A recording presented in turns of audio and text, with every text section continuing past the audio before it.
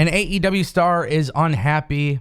This AEW wrestler actually put out the tweets themselves, so there's no speculation here. Also, in addition to that, Bubba Ray Dudley, has some ideas for a new championship belt in WWE. Honestly, I want to take the time to fantasy book it, kind of give you guys my overall opinions on it. And then, of course, we got some good news for AEW and their television deal, Warner Bros., some plans that they might have. If you guys want videos like this, go ahead and subscribe. You already know what to do. Let's talk about Bully Ray Dudley and his idea for a new championship belt.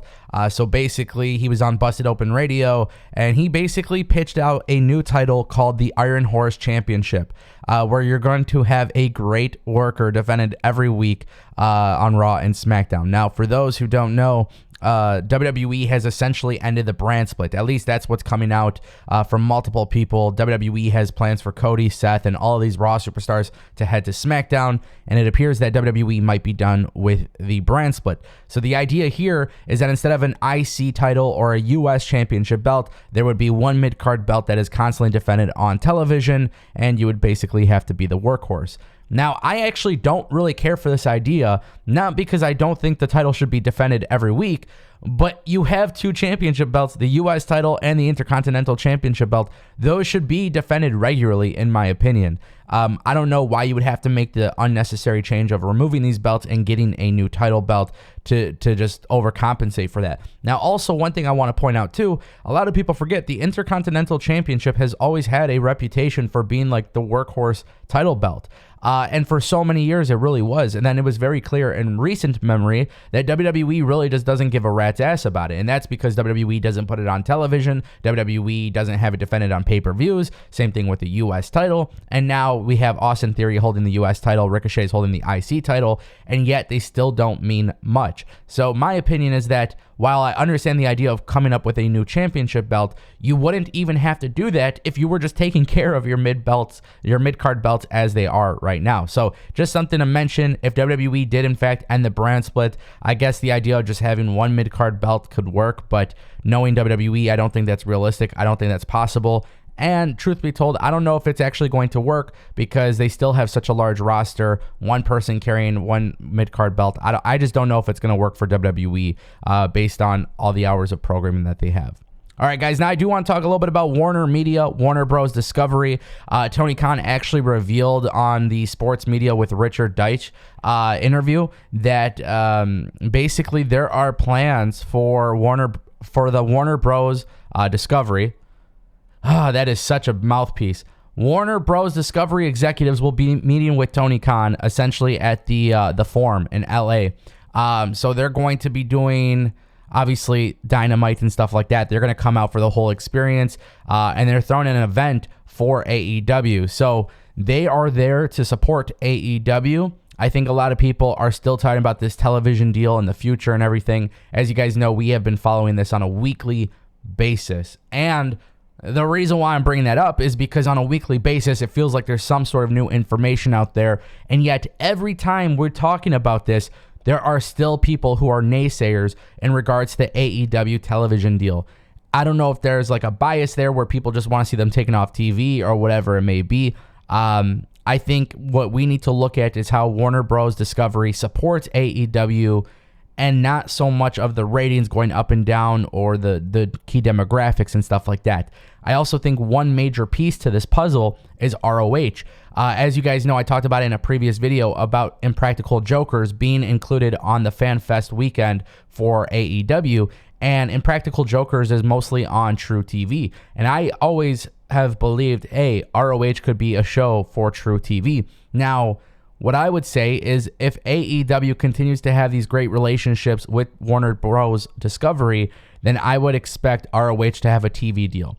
One thing that I have also been mentioning a lot on my live streams on Twitch as well as Discord is this idea that is very possible, and bear with me here, but what if AEW gets rid of AEW Dark and replaces that with ROH? We're already starting to see ROH titles being defended on AEW Dark, but let's just say they get replaced by ROH. So that way AEW has Dynamite, Rampage, ROH, and whatever they call their show, and then Dark Elevation. Dark Elevation being the show for unsigned talent, indie talent, developing talent, whatever it may be. ROH will be like a third brand, kind of like what NXT was, Black and Gold, you know. Look, I think it could all work. I don't know what's going to happen here, but that's why this television deal stuff is so important, because I think a lot of what we're going to expect from ROH is actually riding on this relationship right now. Let me know what you guys think about that. I'm very curious. Now we got to get to the main event of today's video. An AEW wrestler has come out and expressed some sadness within their time at AEW, and I think there's a lot of people who are going to have mixed reactions about this, but Sonny Kiss came out on Twitter. I'd be lying if I didn't say this reminder made me shed some tears, but I'm trusting the process. I still believe AEW is for everyone. One day my time will come again, but right now I'm just trying to do my best and enjoy the ride. Obviously, being sad about not being used on television, it's you know, it is what it is. Now, for those who don't know, what this is in response to is a tweet that came out. Basically, Sonny Kiss has not been featured on a match in national TV for 580 days. Now, with that being said, Sonny Kiss was also the first person to walk out during the inaugural AEW Double or Nothing 2019 rally. Now, here's what I really want to state here, because I want to make sure I'm very, very clear on my stance when it comes to Sonny Kiss and AEW. There are a ton of people ahead of Sonny Kiss when it comes to pushes. Now, with that being said, not being used on television is a very, very strange choice. And the reason why I say this is because Sonny Kiss, in general, had some very good matches on AEW television or AEW Dark or whatever you want to call it, right? On programming, Sonny Kiss has had some good stuff. Now, with that being said, I also want to make this very clear. AEW doesn't have a huge amount of enhancement talent. And I don't think there is anything wrong with somebody being used as an enhancement talent. I think it would be better, and what better way can you actually develop and get better than actually getting experience on television? I think the best thing that can happen for AEW is to use some of these people who aren't used often, put them on television, even if it's a loss. You know, I understand that wins and losses matter, but if you haven't been paying attention to AEW, that actually isn't necessarily the case anymore. They've kind of gone away from wins and losses actually mattering when it comes to the power rankings and stuff. And if you don't believe me, just go on the website and you'll see that they no longer factor in wins and losses to the power rankings.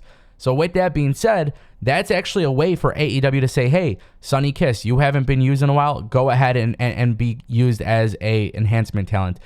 Sean Dean, you haven't been used. You know, you got 2 wins over MJF or whatever, but other than that, we're not using you. Hey, we'll put you as an enhancement talent. You know, whatever talent is not necessarily being used, have them on TV, get them used on television to put other people over, and then as they continue to improve, as they continue to impress, as they are given the opportunity to get over with the crowd, because that is so important, then you can go ahead and pull the trigger and give them a push. I think Sonny Kiss, not being used just goes to show you that AEW has completely flooded its roster with people, and when ROH comes around, there is a solution. But until then, this is going to continue being a problem. There's going to be a lot of talent not being used. It's evident when you watch on a weekly basis. But at the same time, too, AEW doesn't really do squash matches.